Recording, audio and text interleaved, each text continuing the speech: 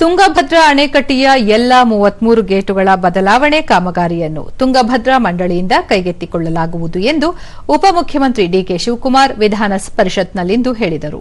ಶಾಸಕ ಬಸನಗೌಡ ಬಾದರ್ಲಿ ಪ್ರಶ್ನೆಗೆ ಉತ್ತರಿಸಿದ ಅವರು, ರಾಜ್ಯ ಸರ್ಕಾರದಿಂದ ಮಂಡಳಿಗೆ ಮುಂಗಡವಾಗಿ 10 ಕೋಟಿ ರೂಪಾಯಿ ಅನುದಾನವನ್ನು ಒದಗಿಸಲಾಗಿದೆ ಎಂದರು. ಡಿಸೆಂಬರ್ ಅಂತ್ಯದಲ್ಲಿ ತುಂಗಭದ್ರಾ ಜಲಾಶಯದ ನೀರಿನ ಸಂಗ್ರಹಣೆ ಮಟ್ಟ 1613 ಅಡಿಗೆ ಬಂದ ನಂತರ ಜಲಾಶಯಕ್ಕೆ ಹೊಸ ಕ್ರೆಸ್ಟ್ ಗೇಟುಗಳ ಅಳವಡಿಕೆ ಪ್ರಾರಂಭಿಸಲಾಗುವುದು. 2026ರ ಜೂನ್ ಒಳಗೆ ಕಾಮಗಾರಿ ಪೂರ್ಣಗೊಳಿಸಲು ಉದ್ದೇಶಿಸಲಾಗಿದೆ ಎಂದರು.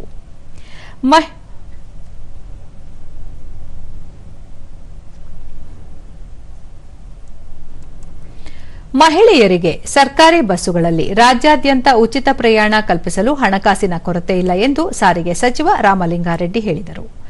ಶೂನ್ಯ ವೇಳೆಯಲ್ಲಿ ಬಿಜೆಪಿಯ ಭಾರತಿ ಶೆಟ್ಟಿ ಪ್ರಶ್ನೆಗೆ ಉತ್ತರಿಸಿದ ಸಚಿವರು, ಶಕ್ತಿ ಯೋಜನೆಯಲ್ಲಿ ಲಕ್ಷಾಂತರ ಮಹಿಳೆಯರು ಉಚಿತ ಪ್ರಯಾಣ ಮಾಡಿದ್ದಾರೆ. ಇಲಾಖೆಯಲ್ಲಿ ಯಾವ ಸಮಸ್ಯೆಯೂ ಇಲ್ಲ. ಸಾರಿಗೆ ನೌಕರರ ವೇತನ ಪರಿಷ್ಕರಣೆ ಮಾಡುವ ಸಂಬಂಧ ಅಧಿವೇಶನ ಮುಗಿದ ನಂತರ ಮುಖ್ಯಮಂತ್ರಿ ಅವರೊಂದಿಗೆ ಚರ್ಚಿಸಿ ಸೂಕ್ತ ನಿರ್ಧಾರ ತೆಗೆದುಕೊಳ್ಳಲಾಗುವುದು ಎಂದು ಹೇಳಿದರು.